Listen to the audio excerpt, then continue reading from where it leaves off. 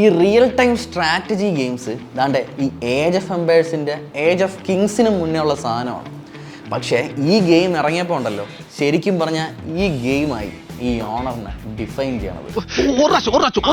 This game literally became the owner.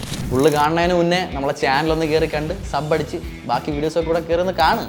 ശരിക്കും പറഞ്ഞാൽ നമ്മൾ ആദ്യമായിട്ട് റിയൽ ലൈഫിൽ ബാഹുബലി ആയതൊക്കെ ഈ ഗെയിം കളിച്ചപ്പോഴായിരിക്കും അല്ലേ. നമ്മൾ ആർമിയൊക്കെ ഉണ്ടാക്കി തൃശ്ശൂരെ വ്യൂഹം വെച്ച് മറ്റേ കിങ്ഡം പിടിച്ചടക്കാൻ പോണതൊക്കെ സീൻ സാധനമായിരുന്നല്ലേ. എനിക്കിപ്പോഴും ഓർമ്മയുണ്ട്. ഇതിൽ നമുക്ക് പല മാപ്സ് ചൂസ് ചെയ്യാൻ പറ്റുമല്ലോ. അതിനകത്ത് തന്നെ ഐലൻഡ്സ് ഉണ്ട്. ഈ ഐലൻഡ്സ് എടുക്കുമ്പോഴുള്ള പരിപാടി എന്ന് വെച്ച് കഴിഞ്ഞാൽ ഉണ്ടല്ലോ, നമുക്ക് ബോട്ടുകൾ ഇറക്കാം. എന്നിട്ട് അതിനകത്ത് പയ്യന്മാരെ മൊത്തം ലോഡ് ചെയ്ത് പോയി അടിച്ചിട്ട് വരാൻ പറഞ്ഞിട്ട് എന്ത് നൈസായിരുന്നേ. ബോട്ട് ചോദിക്കാൻ പറ്റിയ സമയം. ഞാൻ ചെയ്യേണ്ട ഒരു വൻ കടി ഉണ്ടായിരുന്നു. ഒരു കിങ്ഡം പിടിച്ചടക്കിയിട്ടുണ്ടല്ലോ, അവിടെ വണ്ടർ പണിയും. എന്നിട്ട് ചുറ്റും മതിലൊക്കെ കെട്ടിയിട്ട് ഒരു കാര്യമില്ലാതെ കുതിരപ്പട വെച്ച് അങ്ങോട്ടും ഇങ്ങോട്ടും പെട്രോൾ ചെയ്യും. ആ യുദ്ധത്തിൽ അവിടെ വീരമൃത്യു വരിച്ച പടയാളികൾക്കുള്ള സ്മാരകം എന്നൊക്കെ പറഞ്ഞു. യവന്മാര് ഇതിലും വിറ്റായിരുന്നറേ. നമ്മൾ എവിടെയെങ്കിലും ഒന്ന് ആക്രമിച്ച് വരുമ്പോഴായിരിക്കും യവന്മാർ മങ്കിനെ വിടും.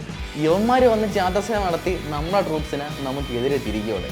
ഓൾമോസ്റ്റ് 2 പതിറ്റാണ്ടിലേറെയായി ഇത് ഇറങ്ങിയിട്ട്. ശരിക്കും പറഞ്ഞാൽ ക്ലാഷ് ഓഫ് ക്ലാൻസിൻ്റെയൊക്കെ അപ്പൂപ്പനായിട്ട് വരും ചെറുക്കൻ. And still, while RTS games are chasing its legacy, Age of Empires remains as the king of real-time strategy games.